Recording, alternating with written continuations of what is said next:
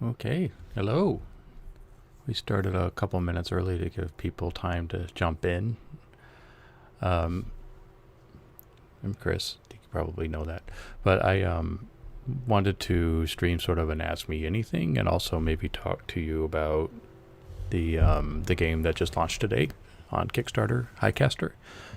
Some of you probably are already familiar with it, 'cause I've been working on it for quite some time. But I thought it would be nice to kind of get into my head a bit about what this project is, what it means to me, what sets it apart maybe from some of the other projects that I've worked on. Give you some insight into the design goals. And if you want, I'm happy to answer any questions that you might have. So, Highcaster, where to begin? Highcaster actually was a really old idea.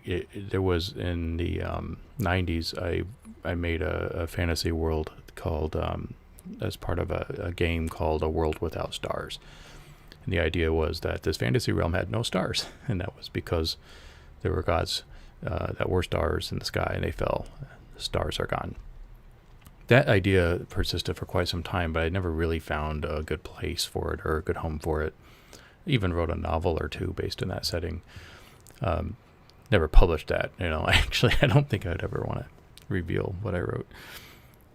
But the game itself kind of came back with 5th edition D&D, and I was running a campaign out of that setting, roughly out of that setting.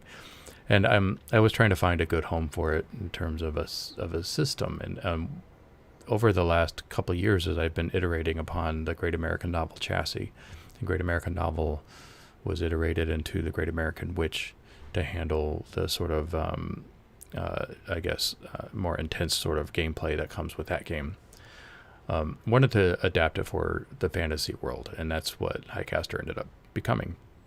To do that, I needed to really amplify a lot of the mechanics around threats and sort of create rule set that embodies a lot of the fantasy RPG that we're used to, but also uses the narrative building blocks that my other games do. And that came together, and that system I'm calling the Caster system. So that's going to be actually available as an SRD for you to use and develop your own games with if we get to the first stretch goal, which I'm confident we will. So we've already funded it. It's only been a couple of hours. So I'm going to take a moment here and look on Facebook to make sure nobody's talking to me. I don't think so. I'm new to this technology, so we'll see. If I screw up, let me know. I'm supposed to be able to see your chats in here, but I don't know if I will. Anyway, let me get back on topic. So the game is a mythological setting. And what that means is the idea here is you're not going to be playing sort of scrappy, unsung anti-heroes lurking in the shadows, going into other lands, murdering people and stealing their stuff. That is not what this game is. There are already games for that. This game does not do that. This game creates the kinds of stories that you read about in the Iliad or the Odyssey. You are creating characters of epic legend, and you are really creating your own mythology, sort of an in-fiction, in-game mythology that you can pass down, and that, generations of Highcasters down the road will always remember the deeds of your heroes. And that is a very different position, because you're actually going to be playing people that are invested in building their society, protecting their society, and kind of bridging out into the unknown in order to find other societies. And when two cultures meet, there might be conflict, or there might not be, but you play all of that out. It really becomes your Highcaster. No two Highcasters will be the same. You're building your world, you're building your heroes, you're building your mythology.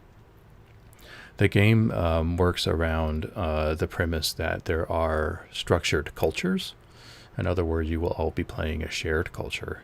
And that culture has some pretty strict definitions on what makes it a culture. A shared language, shared religion, shared traditions, that kind of thing.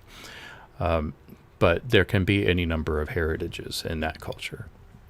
So cultures aren't based on race. And in fact, race isn't even in the game. You're playing different creatures. Many of the creatures used to be mortal or immortal, but are now mortal.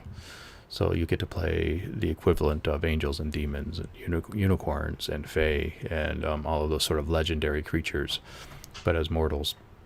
So that's sort of the premise of the game, and a lot of the setting is built into the cultures themselves, because it's going to be up to your group to create the story of the realm, to create the history, to create the lore, and to create the places and the interactions between the cultures, and all of that happens at your table.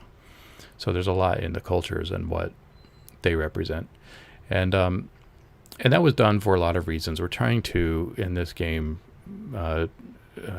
divorce the idea of having, monolithic heritages of people that all behave in the same way, or that can all be categorically bad. All of that's gone in Highcaster. You have heritages that are mixed in with the culture. The cultures might uniformly do things that are bad for other cultures, but that isn't tied into who you are. You are subscribing to a culture, but that doesn't mean you need to be doing what the culture does. And it also means that, any number of these heritages can be any number of these cultures. That was an important design element.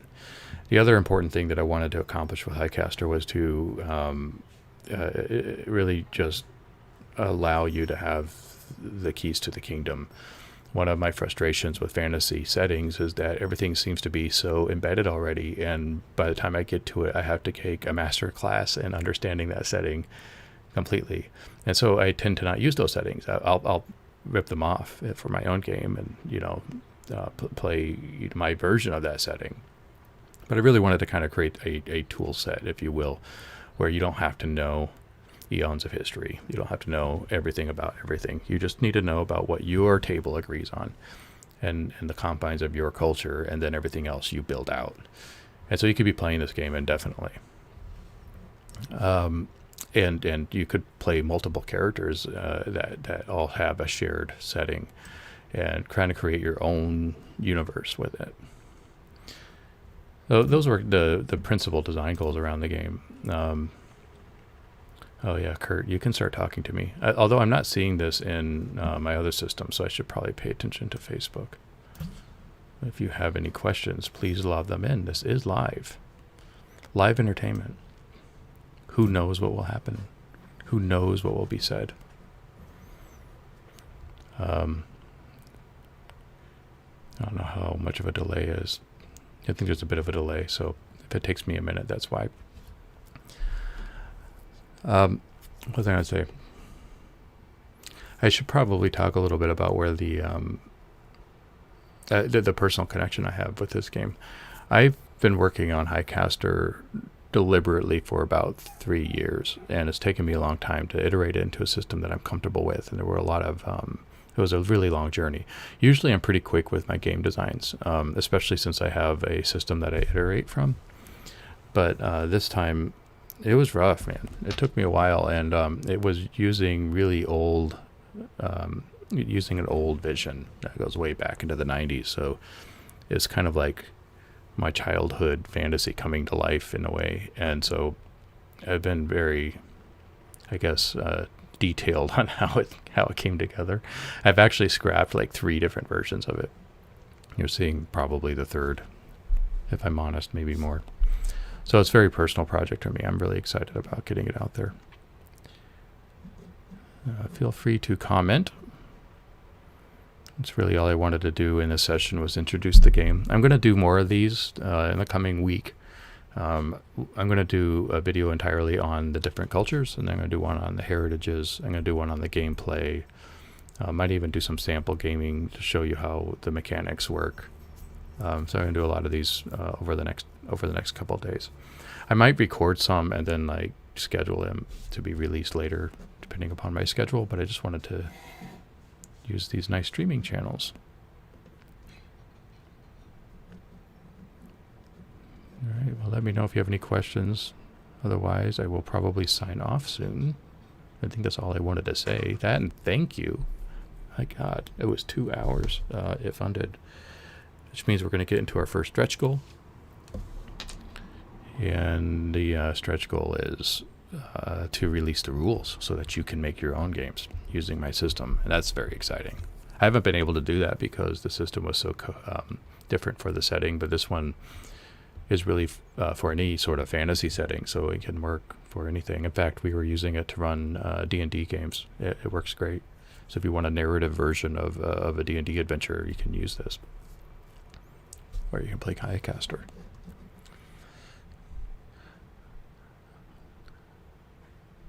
Okay, well, I think we'll stop here. If you did ask questions and I didn't see them, I'm sorry. I'm still learning this technology. But otherwise, I will be back. And I appreciate you. I appreciate everything. And we'll see how long this ride goes. Take care.